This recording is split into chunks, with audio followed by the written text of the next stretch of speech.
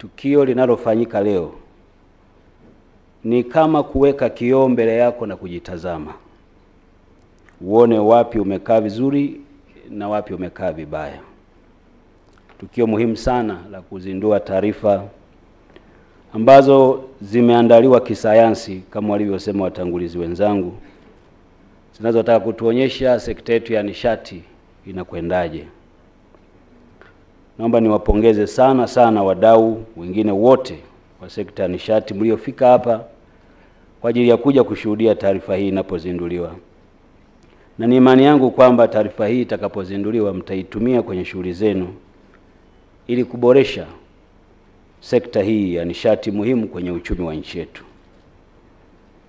Na sasa kwa sababu tumekutana hapa leo, mnikubalie tena niwaleteni salamu nyingi sana kwa viongozi wetu. Mheshimiwa Dr. Samia Suluhu Hassan, Rais wa Jamhuri ya Muungano wa Tanzania, Makamu wa Rais pamoja na Mheshimiwa Waziri Mkuu. Viongozi wetu hao wote wanawasalimia sana na wanawatakia kila laheri kwenye tukio la uzinduzi wa taarifa hizi. Mimi huwa nawaambia watu, mjibu mtu tu inawezekana au haiwezekani ili afanye shughuli nyingine. Hiki kitendo cha mtu ana shida na wewe hujui shida yake, anakuja kwako mwaka wa kwanza, mwaka wa pili, mwaka wa tatu, ujue unafanya hivyo leo, kuna siku na wewe utakuwa na shida ya namna hiyo, utaenda kwa wengine. Kwa sababu gani? Kile unachowapandia wengine kitakuja kwako. Hivi kuna shida gani kumwambia mtu hili haliwezekani akafanya shughuli nyingine, kuliko kumwambia acha tukaliangalie, tulifanyie mchakato? Na ili mumtishe mnaweka na Kiingereza, tunataka tuangalie analysis of the impact. Unaweza kadhani umeongea jambo kubwa na jipya, ni yale yale. Mimi natamani nione tuna malalamiko ya wateja na wananchi wanalalamika hapa na pale, iwe kwenye sekta ndogo ya gesi, sekta ya mafuta, sekta, wapewe majibu haraka na majibu yao ya haki, tumalize matatizo, twende tukafanye mambo mengine.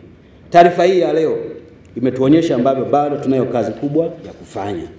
Na ndio maana nataka niseme ni vizuri sana kuwa na Watanzania wanaokuwa na uchungu na Watanzania wenzao. Na yule ameonyesha huo uchungu. Nataka tu niwaombe wadau wenu muwasikilize kila wakati, mwe na mikutano ya mara kwa mara. Wako wengi TAPSOA wana mambo yao, hawa wanaoagiza mafuta wana mambo yao. Wote hawa tukae nao wakati wote tuzungumze. Msiruhusu hata siku moja mpaka mtu jambo eti akazungumza kwenye mtandao wakati alikuwa na nafasi ya kukutana nawe na kuyamaliza kabla jambo halijawa baya. Tunafanya kazi nzuri sana na kampuni zote za mafuta hapa nchini. Na mimi nashukuru sana, zipo kampuni ambazo walikuwa ni wabishi, lakini mkiwa na Mtanzania mle ndani, mambo mnaelewana, anajua na yeye hali halisi ilivyo. Kwa hiyo nawapongeza sana makampuni ya mafuta, na kwa kweli ningeweza kutaja mmoja mmoja. Nataka niwahakikishie kama waziri na yeye simamia sekta hii, naridhika sana na ushirikiano tunaopata kwenu. Twende wote na nia moja ya kwenda kuwahudumia Watanzania wapate bidhaa ya mafuta kwa bei nafuu na waipate kwa uhakika, ili tuwasaidie wengine.